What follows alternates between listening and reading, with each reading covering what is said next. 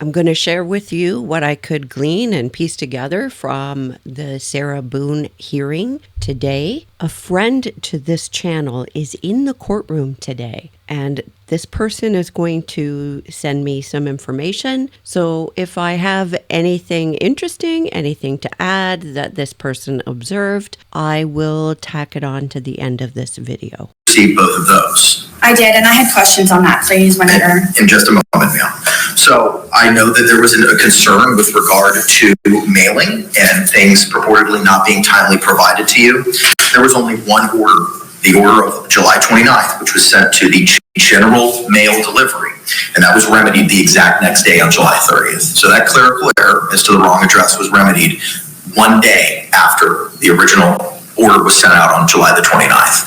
I just wanted to put that on the record and again, identify for you, ma'am, that nothing's being withheld from you and everything is being timely served to you as required. Now, you had questions about the JAC order. I will revisit those in just a moment. I've got a sticky with regard to that. And I was going to say, please, if I may, about the address. There were 2 or 3 different documents that were uploaded to the tablet. So those 3 documents, without knowing specifically which ones they are, those were also sent to P.O. Box 9101.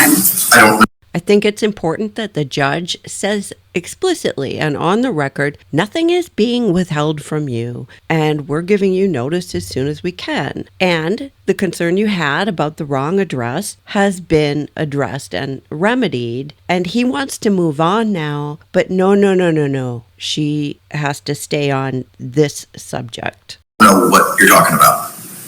You were talking about supposedly just one document that was mailed to the incorrect address. It was more than one. That's not correct. Court scoured the court file this morning, ma'am. The court has not filed anything other than what I've identified since that June 28th order where you were representing yourself pro se. So that is incorrect. Is it something that I need to record and bring back, or is it that big of a deal? I can't answer. Ms. Boone, you're incorrect. And we actually worked to verify that. And by the way, the issue has been remedied. So the things that she says were uploaded, the things that she says went to the wrong address, well, she has those things. So no harm, no foul now. But she has to just throw it out there. But you were wrong. You're wrong. You're wrong. That is important. Winning is important. Having won over is important. And when she says here, do I need to record that? What she's saying is, you're a liar, so now I need to record that so I can prove it to you. Answer that question. That may call for me providing you legal advice. Okay. But I can tell you that other than the July 29th order, which was remedied the next day, everything has been sent to the appropriate legal mail address as provided by the Orange County Jail. We've had this hearing today to address a couple of things based on the scheduling order and notice of hearing that was entered August 5. The first was the digital evidence issue. I've been advised, I think through Mr. Lane, who I do see in the courtroom. Mr. Lane, if you could come on up, sir, so Madam Clerk can swear you in. Please swear or affirm the testimony you should give shall be the truth, the whole truth, and nothing but the truth, so help you God. I do. All right, Mr. Lane, good morning, sir. Can you state your full name and your affiliation with Prison Break Investigations, please? Billy Lane, Chief Investigator, owner of Prison Break Investigations. Okay. I understand part of the order from Monday was regarding the state's digital evidence. I understand that may have been provided on a USB drive to you, Mr. Lane. I want to hear from the state with regard to that first. So either Mr. J or Mr. Cacciatore. Yes, Your Honor. We have tendered to Mr. Lane a copy of our the exhibit list with our expected items of evidence that will be received, along with expected witnesses that, to be called at the trial. A copy of that was provided on the USB with the exhibits, the witness list, also proposed jury instructions, and a stipulation as to victim ID for her review as well. Okay. And when was that provided to Mr. Lane? Just now. Okay. All right. Just want to note, they went a step further. They included proposed jury instructions, which was not part of what they had to do at this point. They would have had to eventually, but they've done it now. The witness and exhibit list that is included on that USB, do you have hard copies? I do, Your Honor. I would like to file them in open court. That was going to be my next question. Okay. And I have a copy for defense. Okay, very good. As well. Sarah's getting hard copies. Deputy Bruce, if we can get the copy of the witness list and the exhibits, and take that from Mr. Lane and provide it to Ms. Boone. In your honor, the state's position is that given that our exhibit list contains within it a witness list as well, we would ask that that document be sealed the way the witness lists are routinely sealed. A copy of that request to seal is there with the notice of the witness list on the initial page before our notice of the exhibit list. What I have in front of me is the notice of provision of witness list and then the notice of expected evidence and witnesses in trial. I don't have an order or... It wouldn't be an order, it would just be that first. Right, and those are all on the USB drive that is going to be provided to Ms. Boone. Yes, they're broken down by folders. And the folders, are the names of the folders, do they match the names in the digital evidence list?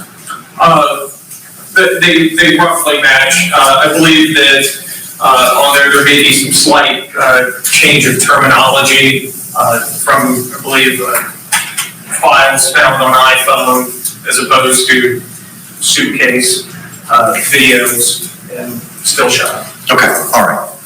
State, anything else to add with regard to the digital evidence?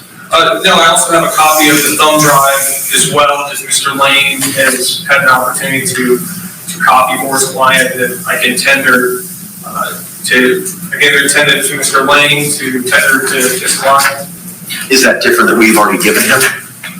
He had an opportunity to copy it, but this would be their copy to retain. Okay, all right. So you can go ahead and provide that. Do you want to mark that as an exhibit for the purposes of the hearing? I guess not, since it's going to be transferred directly to Mr. Lane. Correct. Okay, all right. You can go ahead and give that to Mr. Lane. All right.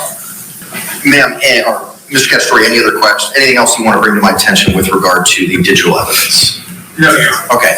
Ma'am, have you had the opportunity to review the notice of expected evidence and witnesses and trial document that was just provided to the court and yourself this morning? I did. Okay. Do you have any questions with regard to the digital evidence, which are paragraphs 1 through 9 on the first and second pages of the notice? I don't know what the majority of them are. Is this part of the evidence that was supplied to me on all of the USB drives that was supplied also? Yes, this is a pared down. All of the items referenced in our notice and provided on the USB have already been previously disclosed and given to defense. Okay. I think that's important to note this. Everything that they have, everything they're giving her, has already been provided to the defense. There's nothing new here. Any other questions? Yes. Yes, on the USB drives for the laptop, it's not compatible with the USB drives for some of the files. So I cannot open a majority of what are on both of the USB drives. Didn't you know that was going to happen? How many of you predicted that there was going to be some sort of technological problem? What do you mean you cannot open a majority? What can you not open? I don't know specifically which files. I know that some of them come up as videos, some of them come up as JPEG, some of them come up as different formats, but there's an entire page of multiple icons that come up, and every time I try to open one, it won't let me review it. Okay. So I don't know. What does it say? I don't know. I moved on from that to try to go to other programs, so I don't know. I figured it would be something that I might be able to speak to Billy about when he came to see me early next week. So, but I'm just stating to the court now, that's one of the problems that I'm having with the laptop. But you said it's a majority, but you can't identify specifics for me. And that's what I'm trying to figure out. What is it that you're not able to look at? It doesn't identify what they are because of the amount, when I click on a particular file, there's a file inside of a file inside of a file. So when I try to open one of the files, all these different icons come up. So if I try to click on one, it says unavailable. So I keep trying to go to the next one, the next one, and the next one, but they're all the same format, so I can't open any of those. Well, she's not completely computer illiterate. You can tell just by her language. I wonder if she's trying to click on program folders in the computer or if they are files within the USB. I can't imagine that the prosecution in this particular case would intentionally give her something that she cannot open. And the other thing I liked that the judge did here is he addressed her hyperbole. The majority. Well, what does the majority mean? Well, what is it? What does that say? If she was to write down the file names of each file that she can't open and then address it that way, then they would at least be able to figure out what it is she's trying to look at. I don't know specifically which files. I know that some of them come up as videos, some of them come up as JPEG, some of them come up as different formats. But there's an entire page of multiple icons that come up, and every time I try to open one, it won't let me review it. Okay. So I don't know. What does it say? I don't know. I moved on from that to try to go to other programs, so I don't know. I figured it would be something that I might be able to speak to Billy about when he came to see me early next week. So, but I'm just stating to the court now that's one of the problems that I'm having with the laptop. But you said it's a majority, but you can't identify specifics for me, and that's what I'm trying to figure out. What is it that you're not able to look at? It doesn't identify what they are because of the amount. When I click on a particular file, there's a file inside of a file inside of a file. So when I try to open one of the files, all these different icons come up. So if I try to click on one, it says unavailable. So I keep trying to go to the next one, the next one, and the next one, but they're all the same format, so I can't open any of those. Okay. And how many times has that happened? The one time One that file, 10 files, 20 files, 50 files, or was it just a one time and then you moved on to something else? I don't know how many files were in it because I didn't bother to waste my time on trying to open. I believe I tried to open about 8 or 9 of them, and then I just moved on from that folder into another folder. And the other items in the other folder, were those accessible? Were those viewable? For the most part, yes. I have not had a I don't know moment what to. for the most part means. She couldn't bother to waste her time. So she's just going to throw it back to them and have somebody else figure it out because she can't take responsibility for anything. She can't do the work. She wants everything done for her. And he asks how many because she still has not defined what the majority means. And by what she's describing, it certainly is not the majority. It sounds like there was a section of file and maybe a number of files with subfolders that she had difficulty with. Nobody knows what they are because she's not specific as usual. And she's saying that everything else was fine for the most part. So now we don't know what the for the most part means either, but it's not the majority of the files that are inaccessible. I haven't had time yet to explore everything due to the dorm environment. So as soon as in the amount of information, the vast amount of information that he has on there, I'm trying to figure out a way where I can sit in it. I have a letter to you that I wrote to the captain, a copy for you, so you know what I'm trying to work on in order for. This dorm environment is going to come up again and again and again. You wait. There's a vast amount of information. Yeah, this is why your lawyer didn't drag all this stuff to your jail cell to have you sit and leaf through it all. Could you imagine how long that would take? But you wanted your lawyer to sit with you in order to do that. Otherwise, in your opinion, you haven't got your disclosure, your discovery. The defense did get the discovery. She didn't view every single little piece of paper or every little file herself. Privacy to be had. So I haven't explored both USB drives to the fullest potential that I possibly can yet. Just from the moment that I have attempted to do so, the one problem I have had was with the one folder with many icons in it. I attempted to open about 8 or 9 of them, could not, so I moved on to whatever was next. So it was one folder, and we don't know what that was. We don't know if it's part of the discovery or not. One folder. That's not the majority. Okay, all right. Dave? I could add to that everything that we have provided on this USB file, we have checked. It's all on standard formats. For instance, the public surveillance video that's referenced in our notice, we included both the original Public's files from there, and then we also had those files converted to VLC because they are easier to play in VLC. So if she clicks on that folder, she can click again on a subfolder, and she will find the VLC files for where the Public's video has been converted. So everything in there should be standard JPEG, VLC, and also believe an MP4 for some audio-only files. Okay. All right. In addition to covering his own butt, the state is saying what he just said. Look, we made sure we checked. It's all standard format stuff. And it sounds like he's throwing her a bit of a hint here to try and help her out a little bit. Maybe there is a file on there like that public surveillance video, and he doesn't know if this is the folder that's the problem, right? I'm guessing that he's guessing. But if that's in there and she can't open it, well, guess what? There's another copy of that in there that has been converted. Now, if the state had just given her the converted copy, she could complain that you didn't give me the original. I mean, she's worried about the people at the jail somehow tampering with her discovery. She's not comfortable having them keep it there. So what's to say she's not going to claim that the state did something to a file if they fail to give her the original? Ma'am, do you have any other questions with regard to the digital information or digital evidence identified in the notice that the state's provided the court and yourself this morning? That was what was just handed to Mr. Lane. So, Mr. Lane, you and I would go over that when you and I meet. I will be meeting with you tomorrow. There is a concern that I will not be able to transfer this to Ms. Boone through the jail protocol. I have a remedy for that. With regard to, well, let me finish with the digital.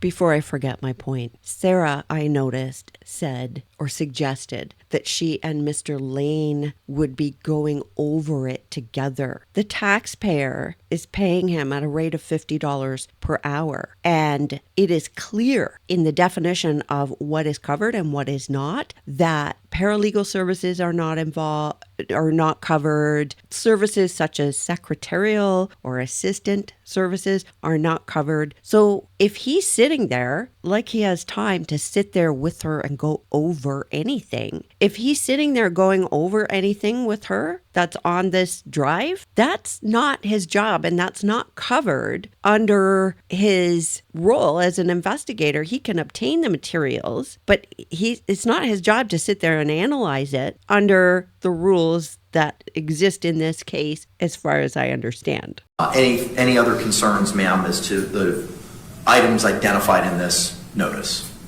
Until I'm able to open them and see them, no, I do not. Sure. Okay. State, anything else we need to talk about with regard to that issue? Not in regards to that issue. Okay. All right. So, Mr. Lane, I'm going to ask that you take possession of that jump drive that was tendered to you in court this morning, and you advise the court that you're going to be meeting with Ms. Boone tomorrow. Is that correct? About approximately what time are you going to be meeting with her, if you know? 9 a.m. Okay, all right. I have had the opportunity to have further conversations with Major Muhammad at the jail, including conversations regarding the physical documents. Ma'am, are you still requesting hard copies of the documents? I am. Okay. The jail has advised me that they've had conversations with you related to any other property or legal documents that you may need. Have you ever advised the jail that you have everything that you need and don't need anything else? No, one of the sergeants came and spoke to me yesterday, miscommunication of some sort, where I explained to her what I'm trying to do with purging my property and the property department so I can anticipate those discovery hard copies. Was that Tracy Hall? No, that was Hall. Her last name is Hall. So it was Hall, H-A-L-L, correct? Yes. Okay. But someone Was that Hall? No, it was Hall. And as for this purging her property, how much does she have that she's stockpiling in there? Interesting. Someone sent her to me to see me, so I just don't know who that was. Who was it you communicated with yesterday regarding your personal effects that may have been in a property locker? Miss Hall. Okay, all right, thank you. Do you know Miss Hall's first name? I don't know any of the officers. Okay, all right. So in conversations with Major Muhammad, they are going to be able to accommodate you having your paper copies. So Mr. Lane, I know that you took custody of those and have had them. So tomorrow, when you meet Ms. Boone at approximately 9 a.m., you will meet Mr. Muhammad as well. Well, let me ask this. Are you able to go to the jail today? I can, yes. Okay, so I know for a fact that Major Muhammad is available today, and he may be expecting you to arrive today. If you are able to provide to him the banker's boxes that were identified as A and B and that jump drive, and then provide the court with a notice as to when and what time and that to whom you gave it should be Major Muhammad, those items, so we can file it in the court file. And those will then be, the digital evidence will then be provided with the laptop in accordance with the protocol that we've gone over previously, and Major Muhammad will make sure that Ms. Boone has access to the hard copies. So after conferring, well, let me ask this. State, do you have any other position with regard to the motion that was set to be heard today, the defendant's motion regarding seeking her hard copies? No, Your Honor. Okay, so for the record, Every single step of the way, everything's going to be documented. Everything's going to be on the record. Because you know that if there's a tiny little hole, if there's a way she can complain, if there's a way she can claim some sort of malfeasance, she will. So it's going to be documented. So if somebody doesn't do their job, the judge can ask why, and the judge can pinpoint who that was. And if everybody does do their job, which I expect they will, Boone can't claim, but I didn't get it, or she can't reasonably claim that. At the very beginning of this, she claimed there were other letters that were sent to the wrong address, in spite of the court having double-checked. And the judge saying to her, no, there was just one. So I want to say this is so she can't claim things. Well, you know, she's going to do what she's going to do. But at least it will be on the record that, yeah, she is getting everything and everybody is pretty much bending over backwards for her here. then that motion will be granted. The motion for defendant to lawfully receive, review, utilize the original hard copy discovery, 2 boxes A and B, submitted to the court by former attorneys on June 28, 2024 for preparation of trial in her criminal case. As ordered, Mr. Lane will deliver those to the jail today and seek to have them delivered to Major Malik Muhammad, along with the digital, the USB drive with the digital evidence. Mr. Lane, the deposition transcripts of Detectives Chelsea Copsall and Scott Lowen were purportedly sent to you on August 1st. Did you receive those from Ms. Cashman? Yes. Okay, were they a part of the 2 USB drives that we addressed on August 5? You had the smaller one, which was everything you digitized from the 2 boxes, and then you had the larger one of other materials that you had been given previously. No, but I do have a drive that I can put them on and make sure they get to the jail today. Okay, if you could make sure, sir, that when you drop off the other 2 things, digital copies, I know Ms. Boone has identified that she has the physical copies, but I'd like to give her digital copies just in case. State, do you have any questions with regard to the court's directive to Mr. Lane regarding the hard copies, depositions of the detectives, or the digital evidence the state may seek to admit in trial? No, Your Honor. All right. Ma'am, do you have any questions for Mr. Lane regarding those 3 items? No. Okay. Can Mr. Lane be released? Yes. Okay. If you want to, can he be released, ma'am? I guess I'll see you at 9. Okay. Sir, if you could endeavor to do that today, I would greatly appreciate it. Absolutely. All right. Thank you very much, sir. Thank you. All right. The next matter this morning is the defendant's motion for defendant's reasonable freedom and movement by allowing her to be unshackled, unhandcuffed, to function equally and comfortably while utilizing the courtroom that was hand-filed with the court on August 5, 2024. Court has had the opportunity to review that motion and the law regarding restraints.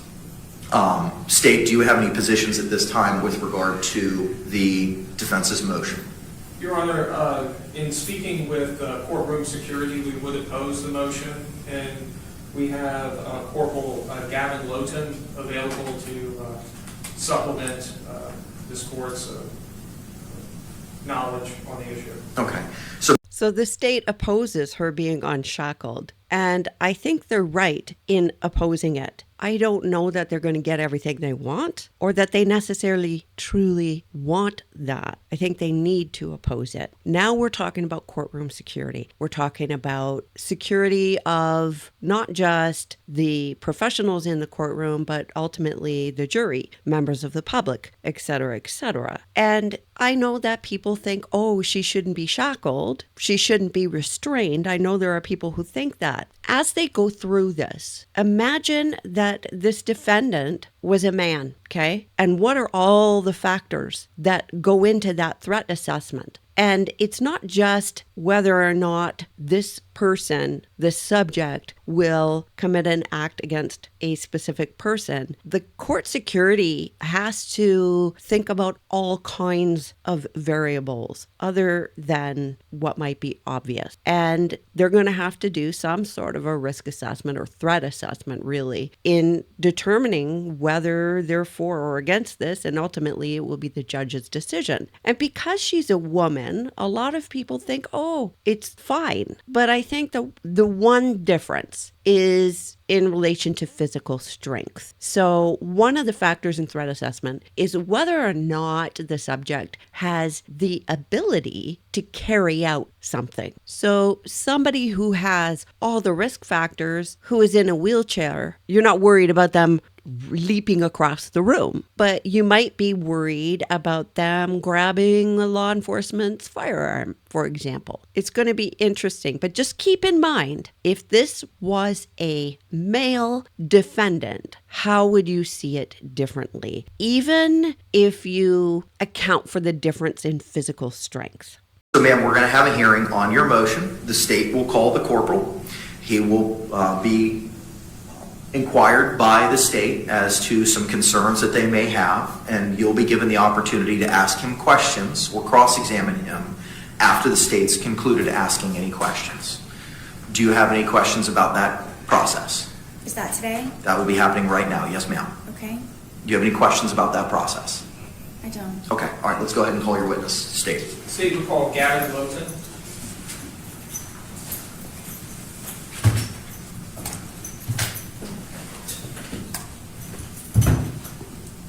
Do you swear or affirm that the testimony you should give shall be the truth, the whole truth, and nothing but the truth, so help you God? I do. Sir, good morning. Can you state and spell your name for the record for me?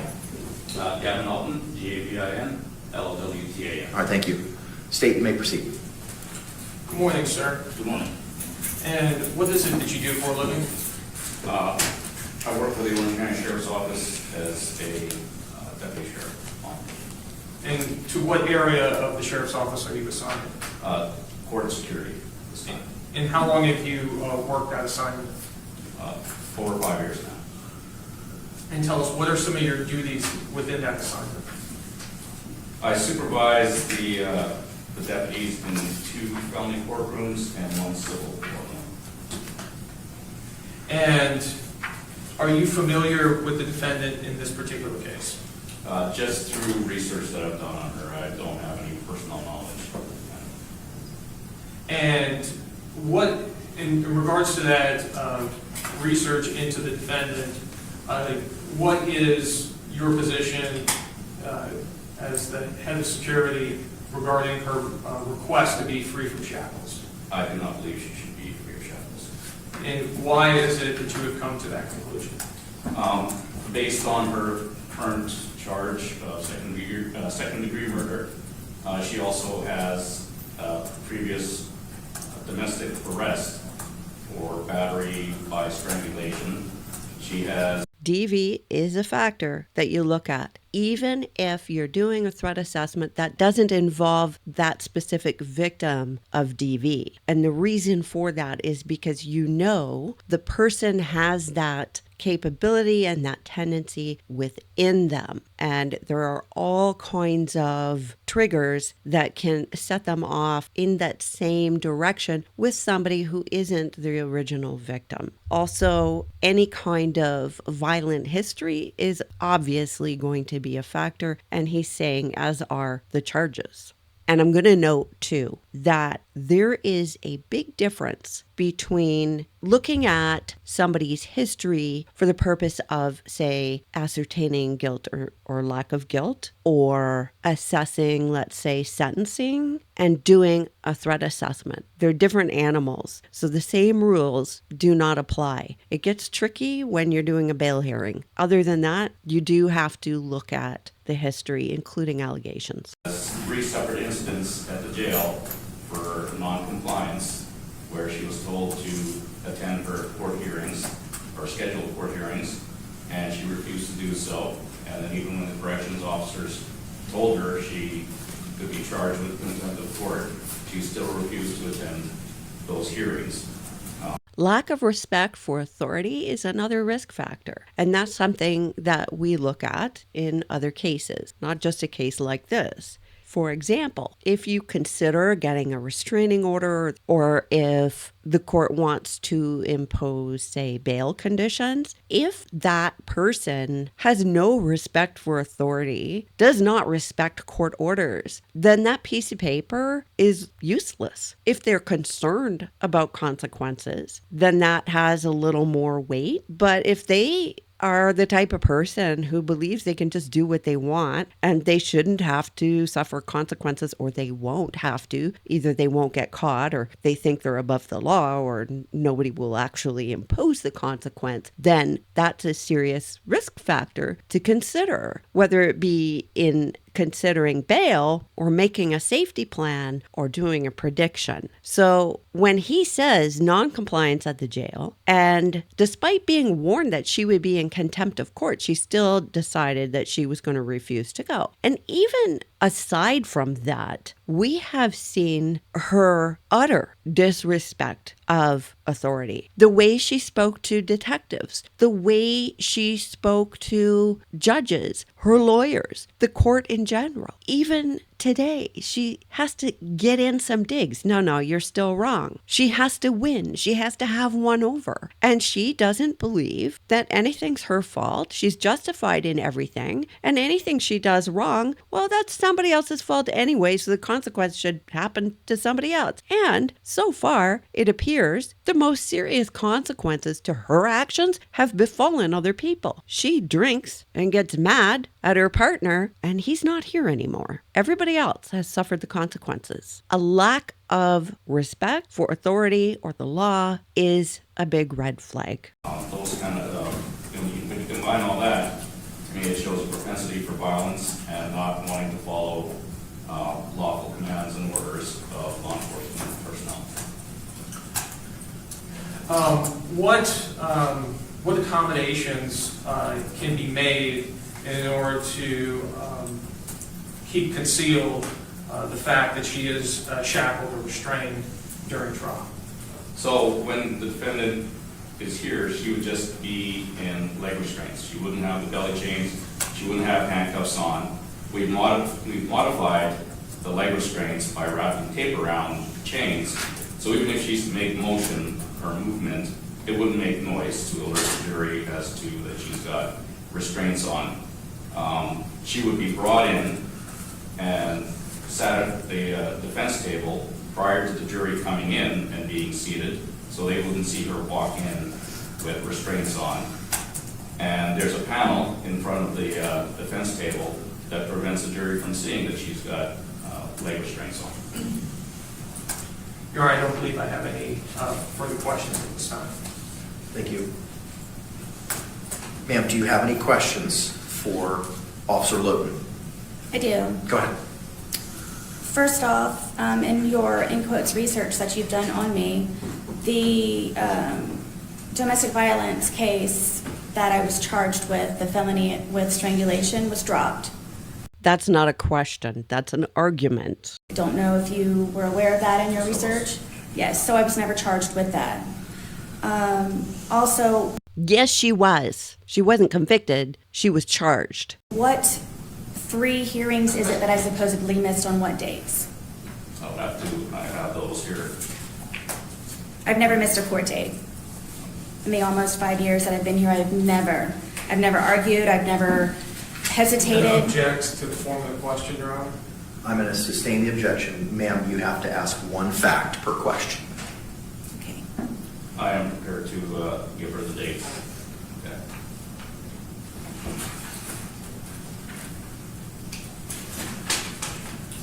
On September 15, 2023, that was one of the times you refused to attend. October 16, 2023, and January 28, 2021. And do you know what those were specifically for?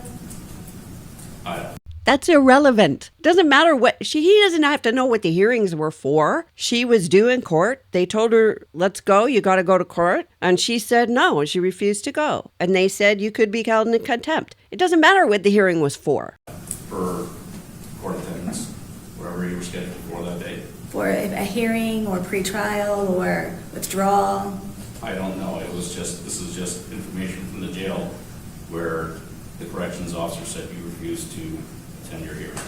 So is that on record that I have supposedly refused these 3 dates to appear in At the court? jail, yes. Who is your contact, please?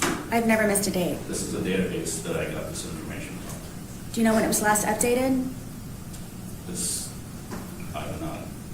He's not the custodian of the records. I don't think she would make the distinction in her mind. Okay, so do you know how I have never missed a court date to the present date? I don't know specifically what these 3 dates are for.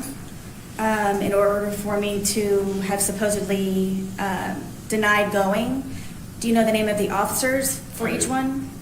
You do? Yes. Please. For the September 15, 2023, it is Corrections Officer Portia Hines, Could you spell her last name, please? Hines. And you said the date was 9/15/23? Correct. Okay.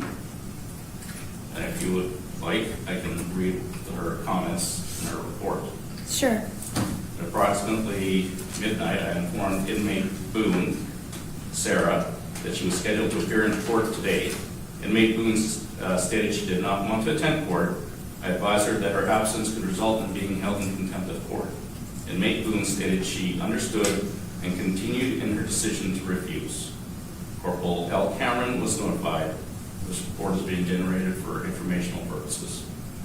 She has the right to know all of this, but I'm a little bit concerned that she is going to try in whatever way she's capable of to either accuse these individuals being named here of lying, make complaints about them, somehow take revenge, somehow make their lives more difficult because they wrote these reports.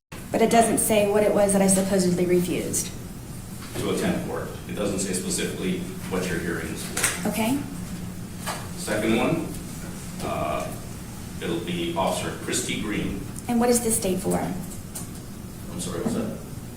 Which date is it that you're referencing? That's going to be October 16, 2023. Okay, and I'm sorry, the name? Green, Greene. And what was the first initial, please? K. Greene. Yes. 10/16/23. Yes. Okay? And the third one is January 28, 2021. And the officer is Jasmine Scribner. Scribner. What are the comments, please, for Green? At approximately 0300 hours, I advised inmate Boone, Sarah, that she was on schedule to attend downtown court. Inmate Boone stated she did not want to attend court. I informed inmate Boone that if she fails to attend, she could be held in contempt of court. Inmate Boone acknowledged she understood and continued with the decision to refuse to attend court. Corporal Ward in the Booking and Release Center, transport officer, was notified. All proper notations were made in the IMS. Okay. And January 28th? Approximately 03:34 hours, inmate Boone, Sarah, was advised she has downtown court and to start getting ready. Inmate Boone stated she did not want to attend court. I informed inmate Boone that she could be charged with contempt of court. Inmate Boone still refused to attend court. Corporal Hall and the Booking and Release Center transportation officer were notified of this incident. This report is being generated for informational purposes only. And all of those comments were made on the day of that I supposedly refused. I don't know when they entered that. It doesn't state in their IMS, in their program? It might, but I didn't take that information out. Okay. So I'm trying to figure out how I know all three corporals and the sergeant, so I've never refused court.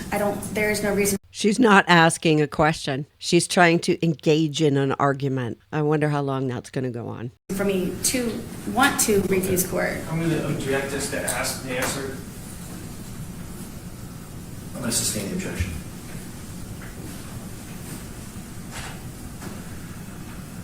So the domestic violence, the original, was dropped. I was never charged with that. Object as to relevance, Your Honor. Overruled. You can answer the question, sir. Okay. It was dropped. You were charged and arrested. I don't know why the state dropped it. It could be because both parties, based on the report that I read, did not want to cooperate, so they probably didn't have information to go forward with the charges. That does not mean that you didn't commit the act. It just meant the state felt that they didn't have a case that they could win. What is your definition of probably did not cooperate? Was it a fact or you're just guessing? Your Honor, I'm going to object to the question. Objection sustained.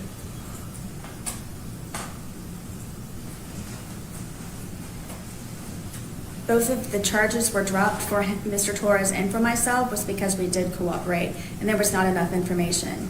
And we received documentation in the mail, both of us, for the reasons why it was dropped. Your Honor, I'm going to object this to the form of the question. It's not a question, it's a statement. Sustained.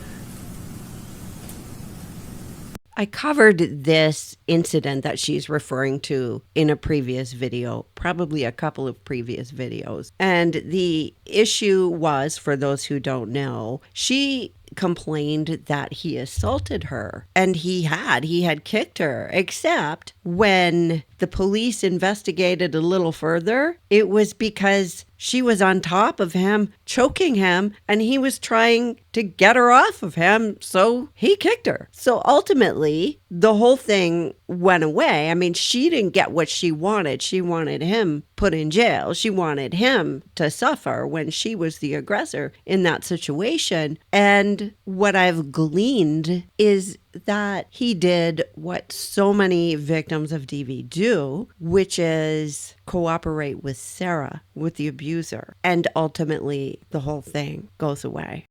Forgive me because I don't know what I'm doing. I'm trying to provide my information for what it is that I'm being accused of. I don't know if I'm doing it the wrong way, apparently, so I don't know I don't know the protocol for this. I'm just trying to answer my accusations. I understand your position. I cannot tell you what to do. I cannot provide you any legal advice. Okay, I'm just stating to the court that I'm doing my best with being uneducated in this situation. That is for the non-compliance, I need to speak to the corporals and the sergeant in order for that to be remedied.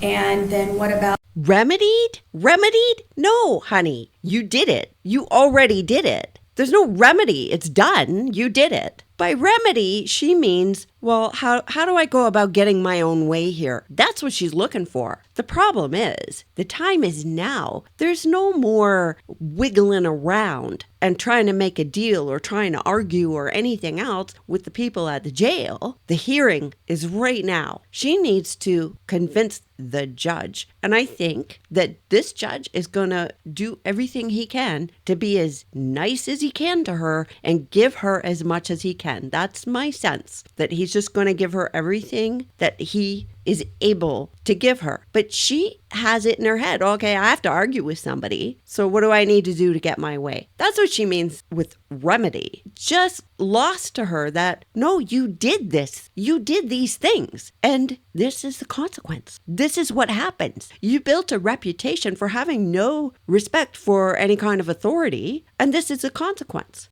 Do you need the documentation for the domestic charge that I was not charged with and it was dropped cooperatively? I do know that the charges were dropped. I'm just saying that is in your history.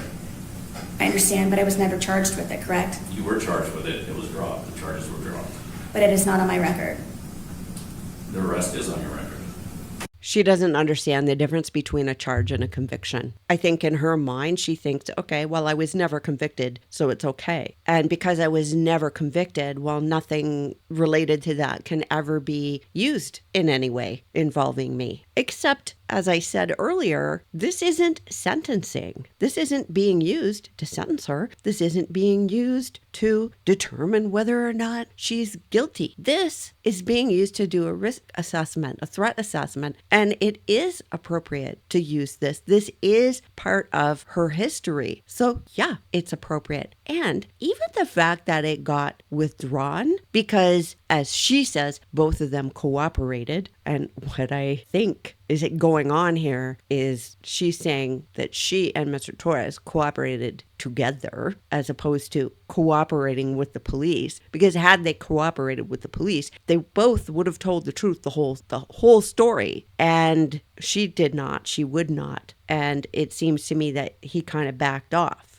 So the fact that it was dropped under those circumstances, as opposed to a number of other things I could think of that would suggest maybe it was self-defense or maybe the thing didn't actually happen, something like that. It sounds like the typical pattern of abuse where charges are withdrawn because the authorities can't go forward because the victim is under the spell of the abuser. But the charge for the domestic violence is not on my record. No, you were never Just convicted. to ask and answer, Your Honor. Overruled. You were never convicted of the domestic battery charge, but you were charged with it. And the case was dropped. Yes. For the three supposed non-compliance that I have, I know that 2 of the officers are no longer with the Department of Corrections, Orange County Corrections Department, so I will need to speak to their supervisors in order for me to have, I guess, this remedied. Is there an insinuation there, do you think, that those officers are no longer there? Is there something being implied here without actually saying so? She's good at that. And this business, I'll need to speak with their supervisors. Okay, Super Karen, well, you know what? There is no remedy. It's now. Your Honor, I'm going to object to the form of the question. This is a statement, not a question. Objection is sustained.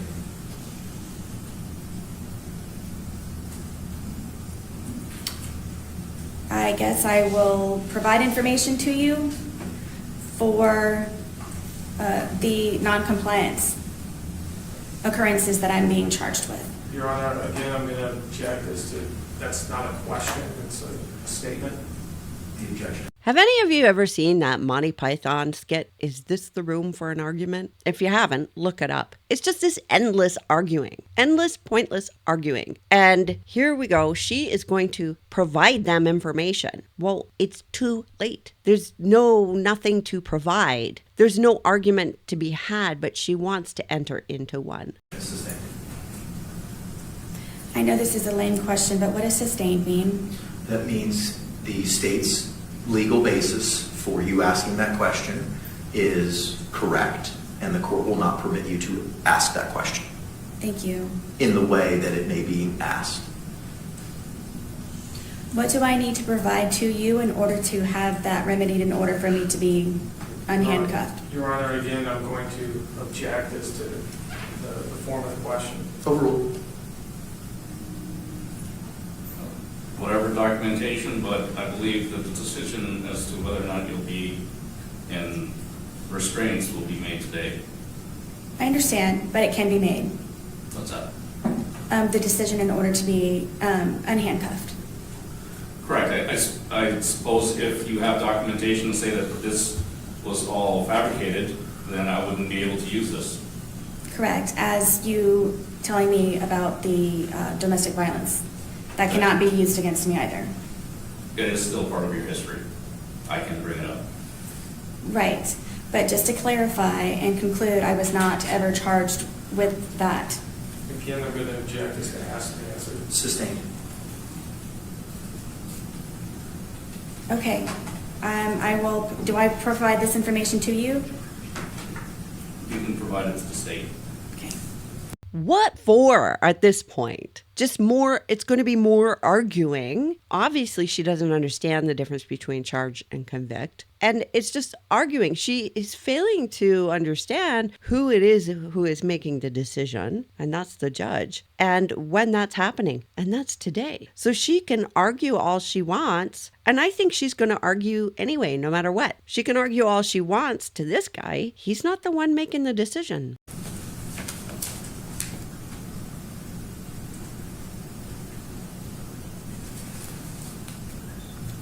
Am I, in your opinion, a flight risk or detrimental to the courtroom, and am a threat of any type of harm? Based on what I've researched, I don't know you personally, but based on my research, I don't think it would be appropriate for you not to be in restraint. She shouldn't have asked that question. He wouldn't have had the position he had if he didn't think that. And then what was the year, please, for the charge that was dropped with the domestic violence? It was 2018. 2018? Correct. And it is now 2024. Okay.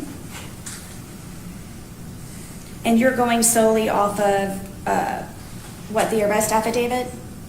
I'm sorry. I am interrupting so much. It's now 2024. Well, between 2018 and 2024, are you telling me there have been no incidents? Oh, yeah, except the one where she locked him in a suitcase and he begged for his life and she wouldn't let him out. There's that one. That was, I think, pretty serious. And she was in custody, so it's not like she's been out functioning in society, not being watched by anybody. And that doesn't include all the stuff that never gets reported, right? I've heard this so many times, but that was a long time ago. Oh, Your Honor, I've turned over a new leaf. Oh, but I've changed. You know what? She has demonstrated she has not changed at all. Not at all. She has learned nothing while in custody. Have you seen any remorse from her? Have you seen her sad or sorry for the victim's family? The only one time she mentioned him was in one of her letters. She called him the decedent, as if he's not even a person. What is it that you're using to conclude, due to this occurrence that was dropped, that I would not be able to be unrestrained? Correct. Your arrest history, the information I read, all the research that I've done, that's where I'm basing my conclusion on. But what specifically from that 2018 charge? The fact that you were charged with battery by strangulation, which is a violent act, is one of the reasons why I've said that I do not believe it's appropriate for you not to be in restraints.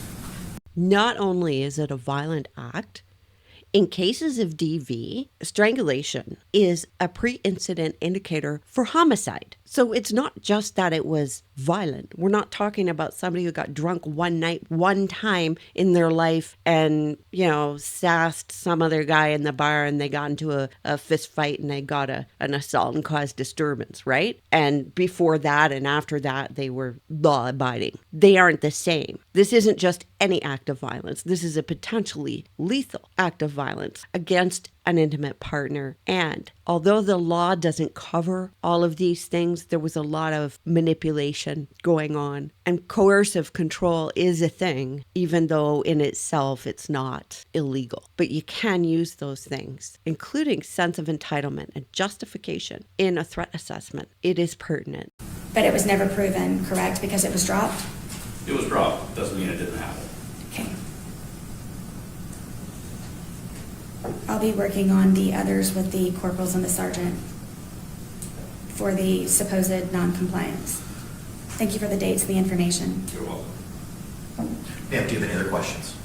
Do I need to supply anything for the 2018 domestic violence occurrence that you are referencing and applying? It's already been dropped, I'm just telling you what the history is. So- And you can still apply it even though it's not been? Correct, it's in your history. Okay.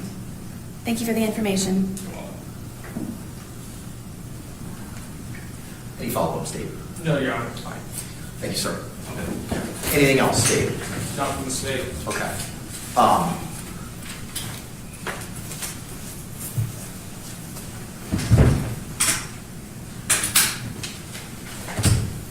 see Deputy Barnett here. Could you come up, sir?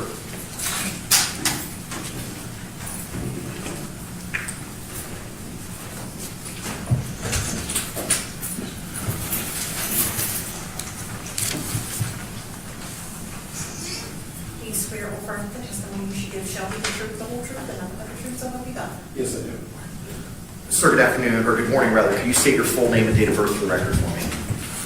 My name is Chad Barnett. And not your date of birth, sorry. Could you spell your name for the record? CHADBARNETT. And what are your duties and responsibilities here at the Orange County Courthouse? I'm the Deputy Sheriff at the Orange County Courthouse. I work in courtrooms, I supervise squads, and I'm also in charge of training inside the courthouse. Okay. Is there any training that's addressed with regard to other security measures other than shackles that may be provided for defendants? Yes, we have an item called the stun cuff that is also used in the courtroom. Okay, could you step us through what a stun cuff is? A stun cuff is an electronic device that's wireless. It's a box secured to the leg. It has 50,000 volts, and it's able to be remotely sparked from a distance.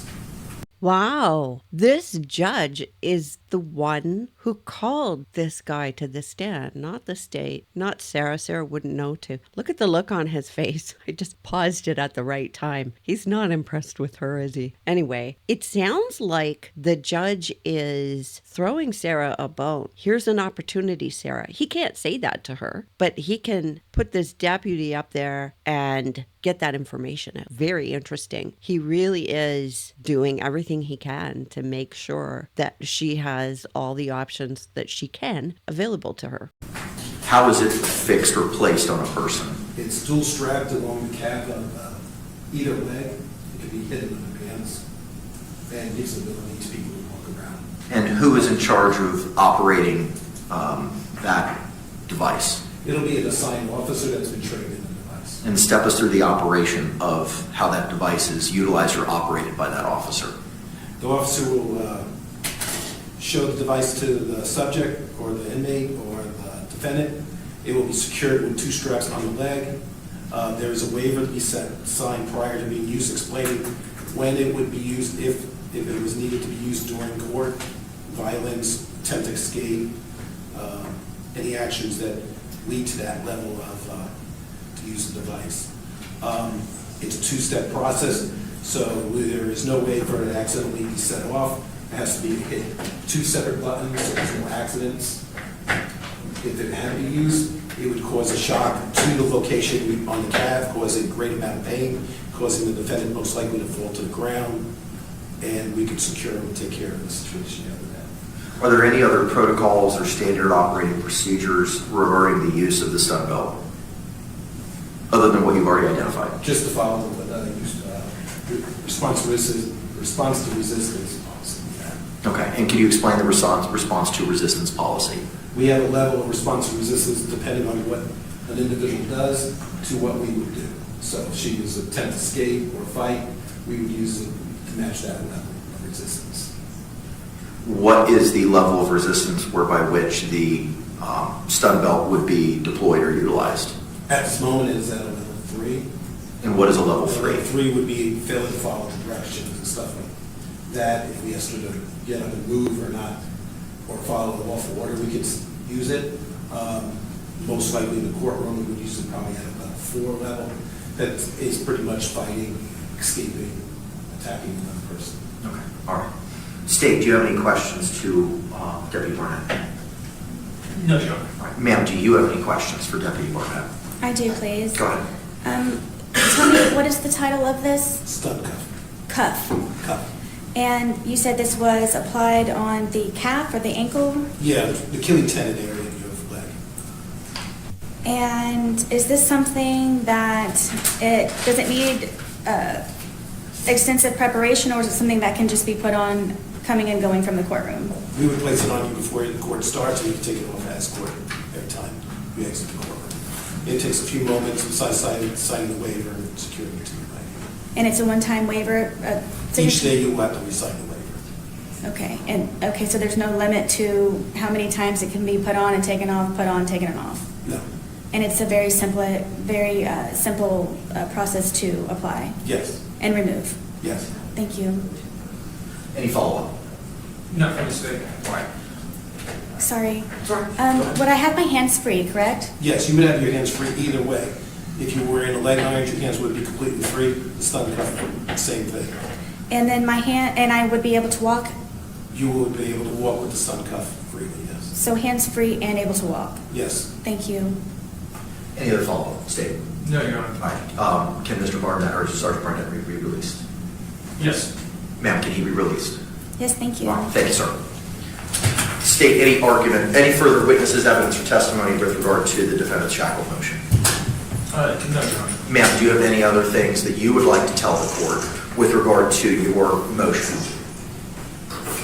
I don't understand what Sergeant Burnett was that you all providing me an option? There is Florida Supreme Court case law addressing reasonable measures for movement by a defendant in the courtroom. So that is an option? Yes. Okay. Do I need to supply the information in regards to the supposed 3 non-compliance before that can actually be made an actual option? I cannot answer that question because that would be me providing you legal advice as to what you could, can, or should do, and I cannot do that. Would I be able to be unrestrained with that information? I think that would come down to the argument of yourself and from the state as to what the court has to consider with regard to your requests and your motion and what the law is in the state of Florida. If I may make it clear also, I'm simply just asking to be unhandcuffed so I can write and move properly. I'm not trying to maneuver the courtroom and so on and so forth. I simply just am asking to sit here being unhandcuffed so I can write without taking skin off of my wrist and being extremely uncomfortable. Okay. Ma'am, thank you for that clarification, because when I read your motion, you asked to be unshackled, to have freedom of movement, and I interpreted that as you wanted to move as everybody else may be able to move in this courtroom, as Mr. Cacciatore has moved around, how other persons have moved around. And it wasn't only limited to your hands. I thought it meant to your entire person based on what it is that you were seeking in your motion. So just for the purposes of my own clarification, is your motion only seeking to have your hands not bound so that you could move your hands, but otherwise shackles that may be on your legs would continue to stay there? Right. I don't currently have shackles, but I don't know what is in regards to trial procedure. And in regards for you not having the clarification of me just wanting to be unhandcuffed, is it my responsibility, or I don't know if you can answer this, but you don't ask questions, which is what got me in this predicament from the get-go of having no counsel, because no questions were ever asked to me, just for... Oh, he sits there so calm, doesn't he? Steam would be coming out of my ears. You don't ask me questions, and this is why I'm in this predicament. This is why I don't have counsel. No, that is not why. Has to blame everybody else. She's in this predicament because of her behavior, and she was warned. I don't know, I sound like a broken record. I keep having to say this. And so she's trying 6 ways to Sunday to blame somebody, anybody, everybody but herself for the situation she now finds herself in. And she has no problem blaming him to his face. Yeah, well, you didn't do this. And we just went through this portion of the hearing where the witness was saying, well, basically, she doesn't have respect for authority. And here she just demonstrates it. She's got nothing. No respect at all. You don't ask me any questions. But you know what else? That's not true either. She has been asked questions by this judge and the previous judge. She's been asked, for example, what lies did your lawyer tell? What's the lie? Is this okay with you? Is this what you're saying? Is this what you want? Is he supposed to do like a forensic interview of her in the courtroom and drag out of her what it is that she needs and wants? Go into her mind and draw it all out like some kind of a therapist or magician therapist? Is that what's supposed to happen? He does ask her questions, and he asks the questions that are appropriate to ask. She's so irritating. The majority of my motions and letters and so on that I have supplied the court for more information to try to intervene and help, it's just gotten me into hotter water and no counsel and still restrained. So is it something that I need to specifically clarify going forward, or is it something that you have the ability to ask me questions so you have a better understanding? Generally, I don't know that I can answer that question because it may call for me providing you legal advice. He was also in the process of asking her questions in order to clarify, which is the thing that she's complaining right now that he doesn't do. So she stops him from asking the questions so that he can understand. Instead of answering them fully, she's complaining about him not doing what he is doing. Does that make any sense? If I'm asking questions, it's because I'm trying to clarify things from my understanding. I cannot ask questions on your behalf. I cannot ask questions for you. I cannot assist you in any process, be it this hearing or at trial. Right. Yes, I understand. I wasn't asking for assistance. I was just trying to understand. By you not asking questions in regards to my motion about being unhandcuffed and unshackled simply meant just my handcuffs. Ma'am, I reviewed your motion to be unshackled, unhandcuffed, and allowed reasonable freedom to movement and functioning accordingly, equally, and comfortably while utilizing the courtroom. All normal movement of the defendant's hands is as a whole freely, properly, successfully accomplish any task that is needed. Asking to be unshackled and unhandcuffed, the defendant is simply requesting equal, comfortable, functional movement to achieve advancement in her forfeited right to counsel by the court, which will greatly enhance the productivity and progress for the defendant and the completion of her defense in her criminal case in preparation for trial. Your wherefore clause specifically asks to be unshackled, unhandcuffed, and allowed reasonably freedom in movement to function equally, accordingly, and comfortably in the courtroom. I took that as you wanted to move around. You did not want to be shackled, which would be your legs as well, and you did not want to have handcuffs. If you're telling me now that all you're asking is your hands to be free, that's respectfully not what your motion says over and over and over again, as I've just read. So if you would like to clarify for me now at this time, you can, as to what it is that you're asking of me. Yes. Handcuffed, I would like to have these handcuffs removed from my wrists. Okay. In regards to the unshackled, I know at some point I would have to maneuver, I'm guessing, in the courtroom for trial. So I didn't want to have to wait last moment to have to do another motion to be unshackled if that's what my option is, because I don't know. So I was just trying to be transparent prior, so you would know what it was that I was hopefully expecting. But first, Go ahead. it's just handcuffs means unhandcuffed, and if for trial I have to be shackled, to be unshackled. This could get tricky because I know it sounds boring and tedious, but it could get tricky because shackle could be defined as including that stun cuff. So that could be considered a shackle depending on the definition you're using. So I think the judge is needing to be careful here. I mean, he knows that, and I'm sure he will be. Okay, and when you say unshackled, what do you mean by that? Just so that we're all on the same field. Shackled, as far as my understanding is from being shackled, means that I have this along with my waist, along with my ankles. So unhandcuffed is simply for the hands and the wrists, and then unshackled would be for my ankles and for the feet. And is that what you were seeking for trial purposes? I didn't know if I was going to be shackled or not, so that was why I was trying to be transparent and up forward by doing so now, to make the court aware that that would be a request of mine at the time. Okay, all right.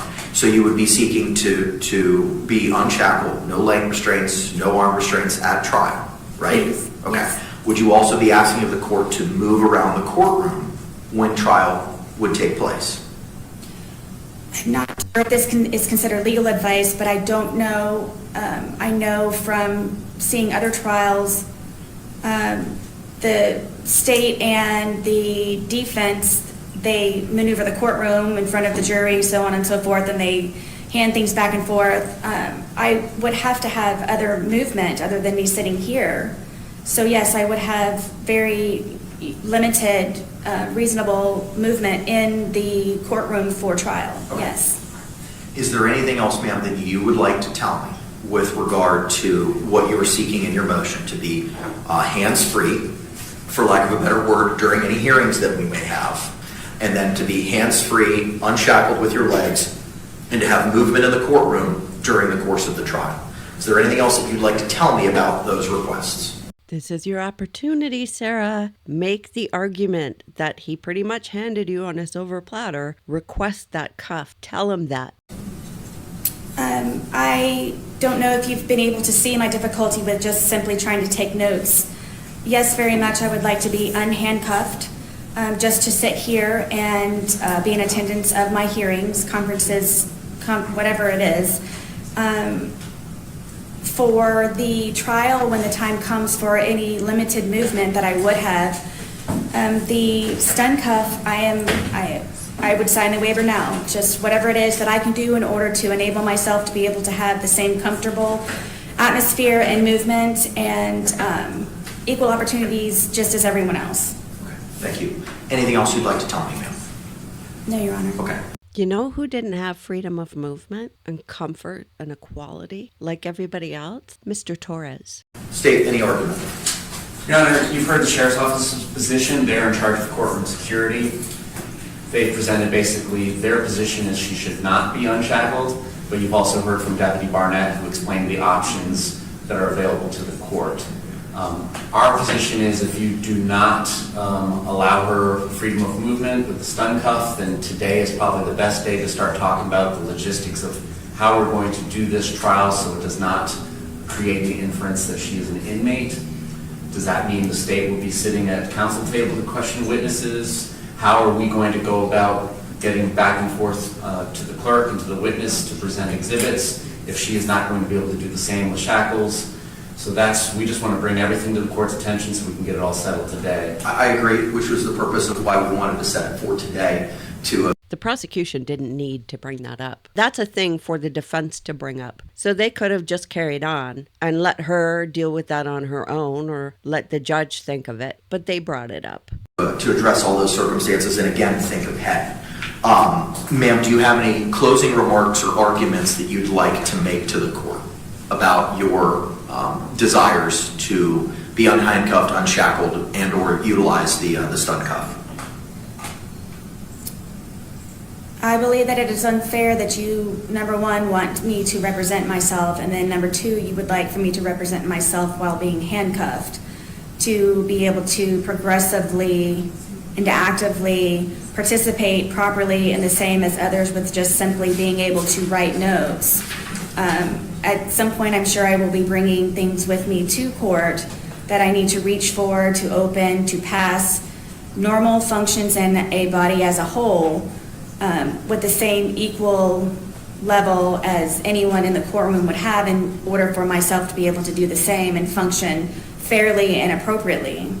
I don't know if this is legal advice or not, but in a trial, are you able to tell me, are defendants shackled? Or is this something that I don't even need to worry about because they're not even shackled? Typically, ma'am, the defendants have leg shackles that, as Deputy Lowton identified, they're wrapped so that they're muffled, so that they don't jingle jangle or bring any noise attention. And the privacy panel is located in front of defense counsel's table, would prohibit the jury from seeing those.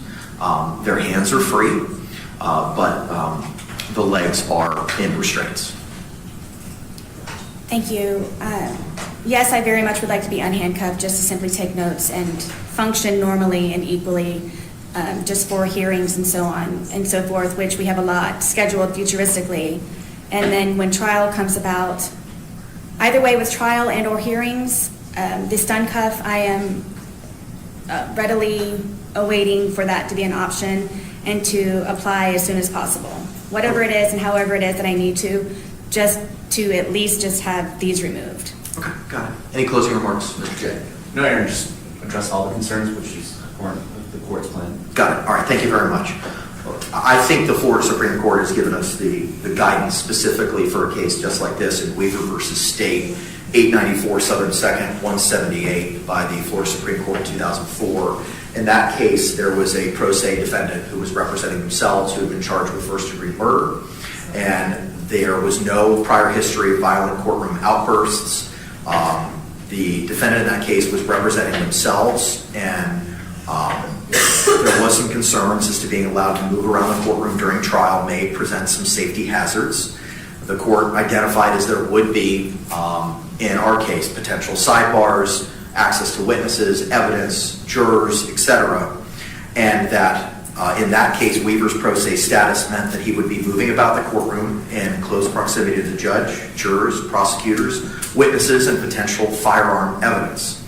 This closer proximity to various trial participants arguably raises greater safety concerns than a defendant who is represented by counsel and has no legitimate reason to wander beyond the defense table.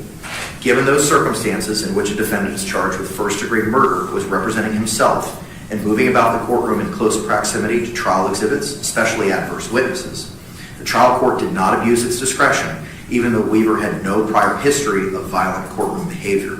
In the Weaver case, the Florida Supreme Court found that the trial court's utilization of the stun belt was not so prejudicial when measured against the other alternative forms of restraint, and whether those alternatives are less prejudicial or viable. There was virtually no alternative to a stun gun given the visibility of other restraints and the security concerns posed by Weaver's pro se status in that case.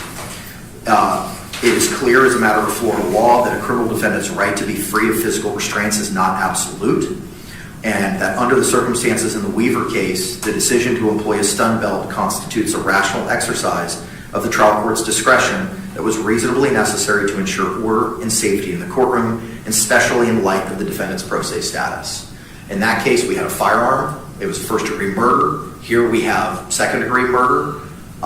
The incidents identified by Officer Lotan as to non-compliance in jail for purportedly refusing to return to show up at court, and the charge itself. The charge itself has some level of concern because it is a second-degree murder, but I don't see how where we are right now is not on all fours with Weaver, especially coupled with Ms. Boone's acquiescence to utilizing the stun cuff and saying she'd sign the waiver today. She doesn't have to. You'll have to sign the waiver when we get to trial. So unless I hear anything alternatively from the state, the courts would grant the motion that she would be unhandcuffed for any hearing we have moving forward. Instead of her position in the box, we would probably have her seated at counsel's table, unless I hear an objection from the state. as to that. We'll address motions first. State any position with regard to being unshackled and B, being seated at council's table for any motions moving forward. No, we defer to the court and the sheriff's office, who is in charge of security. Our concerns are just making sure that she's given a fair trial and fashioning a remedy that is a fair presentation for the jury to observe. Okay, perfect, thank you. All right, so ma'am, the court's going to grant your motion, and then you will be unhandcuffed for every hearing moving forward. And instead of being in the jury box, you'll be seated at counsel's table. Okay, you may still have your leg restraints on, but you'll be hands-free. For the purposes of trial, in accordance with Florida Supreme Court decision in Weaver, you will be hands-free and you will not be shackled with legs. But the stun cuff, as identified by Sergeant Barnett, will be affixed to you, and you'll have to sign that waiver. Do you have any questions for me, ma'am? For sitting here in the council's table, you also said that I would be shackled. I'm not shackled now. Will I be shackled then? My understanding is that you were. If you're not, and the only thing you have is your handcuffs? Correct. Is that correct? Correct. Okay. If that's the case, then you'll be seated at counsel's table with that, as you are without your hand restraints. Okay, so I would be unbound. Correct. Yes, thank you. All right.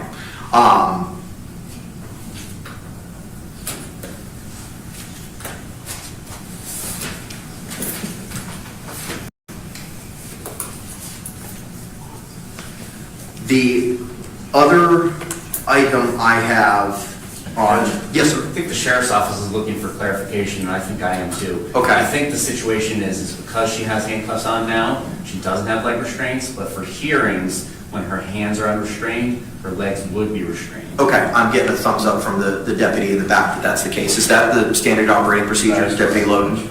Okay, so ma'am, so I'll clarify my order. For the purposes of any hearings, you'll be hands-free, but you will have leg restraints. Yes. That's not going to affect any fairness or impartiality, because it's just you and me and the state, and no jurors will see that. Yes, sir. Also, Judge, when she's being transported from the jail, she is going to be fully handcuffed with the belly chains and all that. We can take those off In when advance. she gets up here. Yeah, I understand that. I'm just worried about the fairness here in the courtroom, especially when we bring in a jury panel.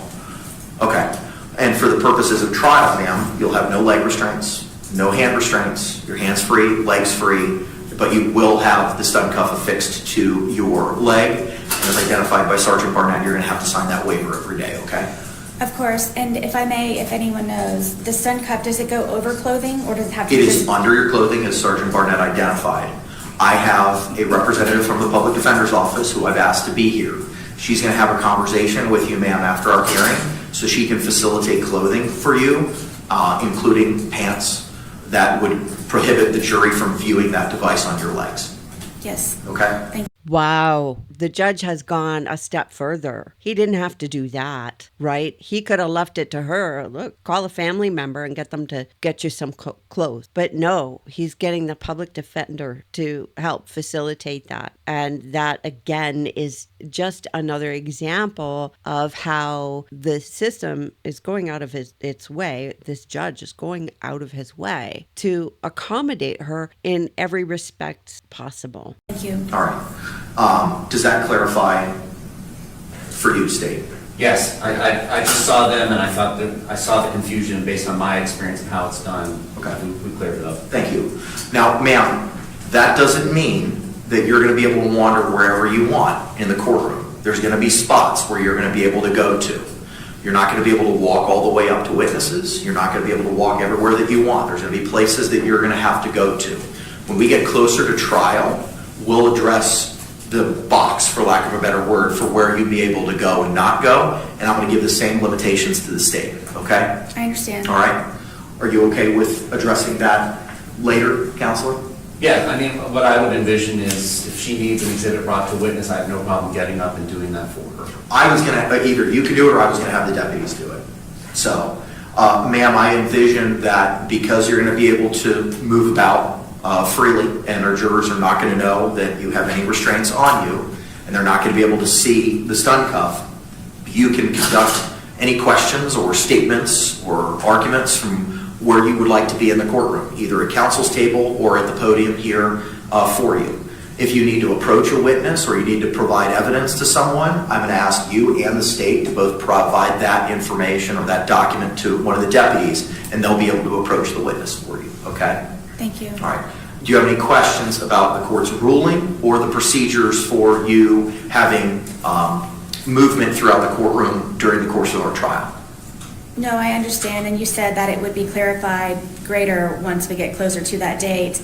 But I would like to ask, please, when the time does come for any exhibits or anything to be handed to jurors, yourself or anyone in the courtroom, is it an option for the state or a deputy, or is it specifically whoever's the closest and can do it faster? So what I'm going to do, ma'am, is I've spoken with the sheriff's office. I'm going to endeavor to have additional security in the office or in the courtroom so that there will be a deputy for basically your disposal be seated closer to you, so that if you have a document that you want to bring to a witness's attention or ask them questions about it, you can hand it to that dedicated deputy for you, ma'am. Yes, that is my preference, please. Thank you. That's what I'm endeavoring to try to do for you. Yes, thank you. Okay. Any other questions about the ruling? No, sir. Okay, so your motion is granted for the reasons stated on the record. Thank you. State anything to clarify? No, Your Honor. Okay. All right, the last issue that I had on my list this morning was the scheduling order and notice of hearings that the court entered on August 5 required the jail to provide the every Monday at 9 a.m. commencing August 12, 2024, a representative from the Orange County Jail shall email to my judicial assistant, email provided in the order, all notebook entries from IMS from the prior week, Monday through Sunday, for every issuance of the laptop and USB device is issued to the defendant. I'm simply changing that to close of business from 9 a.m. to close of business at 5 p.m. And that order will be hand delivered to Ms. Boone and e-filed to the state today. Okay.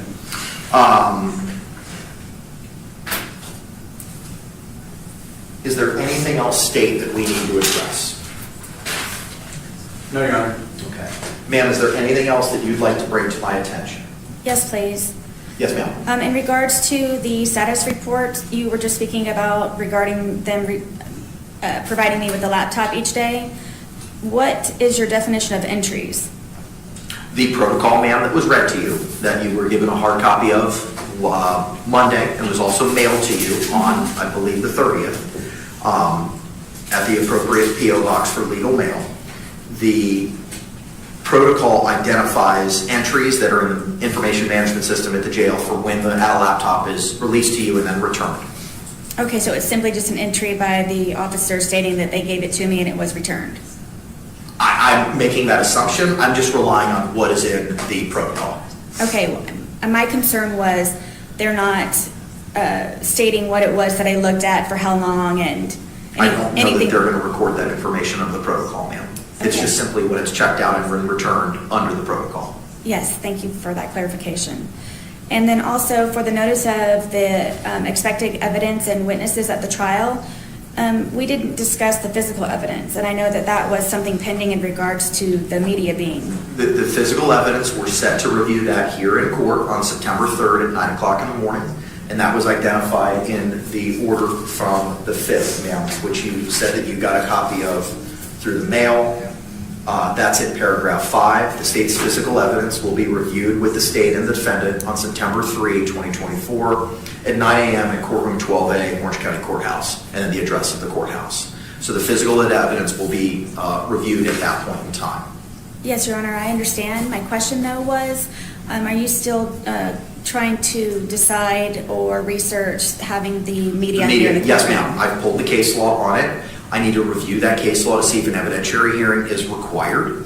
I know that we have a hearing that we had set for August 14th, which was to address a couple of other issues, specifically your motion to receive the hard copy documents. We no longer need that hearing on August 14th at 1:30 because the jail has confirmed that they have space, and Mr. Lane's taking care of that today. But I do want to utilize that hearing for, I still want to utilize that hearing since we've carved it out. So at that hearing, we can address the media issue. based on the court's review of the case law and determine if we have to have an evidentiary hearing, we can have an evidentiary hearing at that time. And also we can utilize that as a status as to your review, ma'am, of the digital evidence and to confirm that you've had the opportunity to review it. You don't have to finalize it, but just to see where you are in reviewing that digital evidence that the state may be seeking to introduce at trial. This is for the 14th? That's correct, ma'am. And what is the time, please? 1:30 in the afternoon. Okay, and for the case law that you are researching and referencing, are we able to have a copy of it prior? Sure. I don't. Are we able to have a copy? I wonder who we is in her mind. Take a problem. It's the Miami Herald decision. I don't know the citation off the top of my head, but I don't have a problem. I have no problem. I'm familiar with the case. Sure. Ma'am, what I'll do is I'm going to prepare another order. I'll be able to hand deliver you the one today, changing the Orange County Jail, providing the notebook entries from 9 a.m. to close of business. I can hand deliver that to you today. But in the order that I mail to you, ma'am, it'll provide the case law with regard to your privacy and media concerns. Yes, thank you. And that'll be heard on August 14th at 1:30, in addition to a status on the digital. Now, ma'am, based on the scheduling order that the court entered back on August 5, you have 14 days from today, absent of showing a good cause, to extend any deadlines to provide your objections in writing to that evidence. Forgive me, it's objections for the The evidence from digital the state? evidence. The digital evidence only. Of the 2 USB drives from Mr. Lane? Oh, no, ma'am. The USB drive that Mr. Lane's going to be providing to the jail today that has those 9 items Oh, yes. as identified in this notice of expected evidence that you were provided today. 14 days and I have to write objections? That is correct. So your objections to the digital discovery will be due no later than August 23rd. And I will put this all in order for you as well, ma'am. Thank you. I believe that addresses all of the court's matters that were teed up for today. State, do you have anything else? No, Your Honor. Ma'am, is there anything else? I do have this. I made a copy of it for you. This letter that I supplied to Captain Di Giovanni upon her return, knowing what I am requesting. I don't know if I'm able to tell you, but it is a basic laptop. I have no internet and I have no phone. I'm trying to utilize the classroom that is in our dorm. I'm trying to have access to a phone. The USB drives, how they're being handled, I feel very uncomfortable with, as I referenced to you prior. Is just a basic laptop, but that's all she needs. She's complaining she wants internet access. I could understand an argument perhaps that she may need to email people, but her investigator is there in order to do those things for her, such as contacting potential witnesses, experts, or obtaining case materials and the like. So what does she need internet access for? Maybe to look at what everybody's saying about her? What is she researching? Is she going to try and do legal research? She doesn't have access, or she wouldn't have access to like a lawyer's database through LexisNexis or something. So what does she need internet for? They're being taken out of the bags, and then paperwork is being removed from those bags, like the protocol security paperwork that I needed to reference, and then they're resealing the bags. The other day, one of the officers took the USB drives upon herself to remove from the bags herself, and then just handed me both the USB drives. I don't know where they... What the heck are they supposed to do? They're not going to give her a plastic bag, and the paperwork belongs in the bag with the USBs for their use. They're not required to hand her the bag. That's not the order. That's not the ruling. It's just to have access to the USB. That's it. But she doesn't like it, the way they're doing it. They go. I don't know who controls them. I don't know how they're stored. And one of my requests was to keep it at my bunk in my locked drawer, along with, of course, the internet. If I could be supplied earphones and headphones for listening, and a word program just simply to be able to type motions and letters and anything that needs to be documented or recorded. It is simply a basic laptop in order for me to view my USB drives.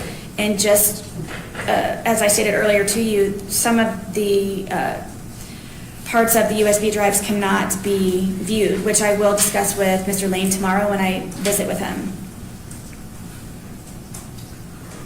Ma'am, well, you can give your letter to the deputy. We will file that in the court file.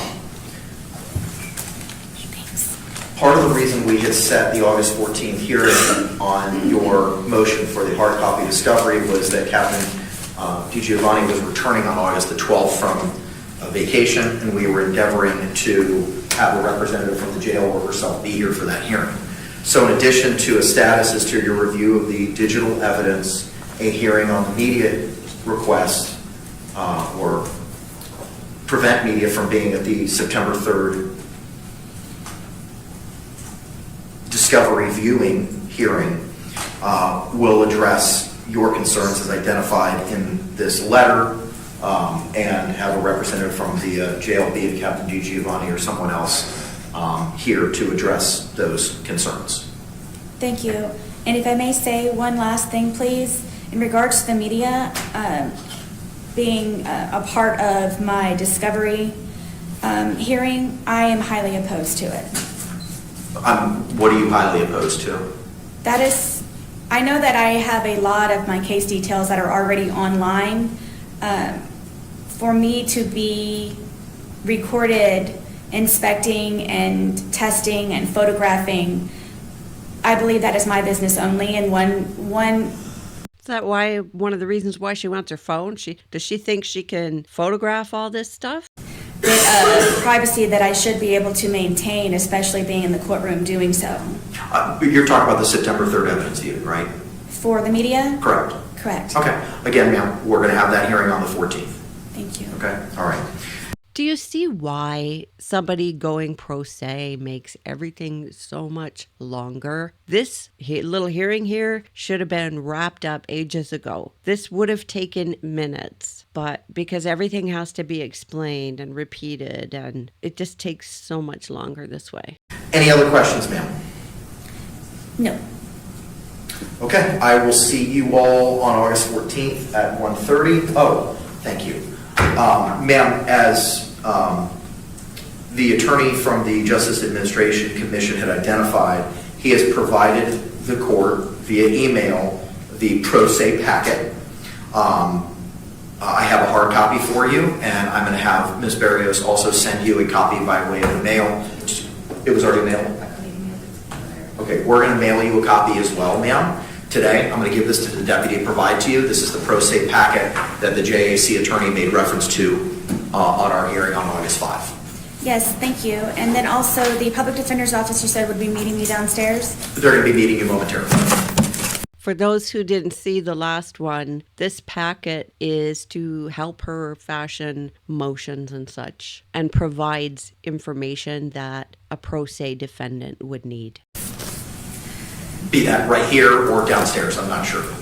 But they will be meeting you to discuss that. Okay, thank you, Ms. Click. All right, any other questions, Dave? No, Your Honor. Any other questions, ma'am? No, Your Honor. All right, we'll see you on August 14th at 1:30. We'll return Ms. Boone to the Orange County Jail. Thank you.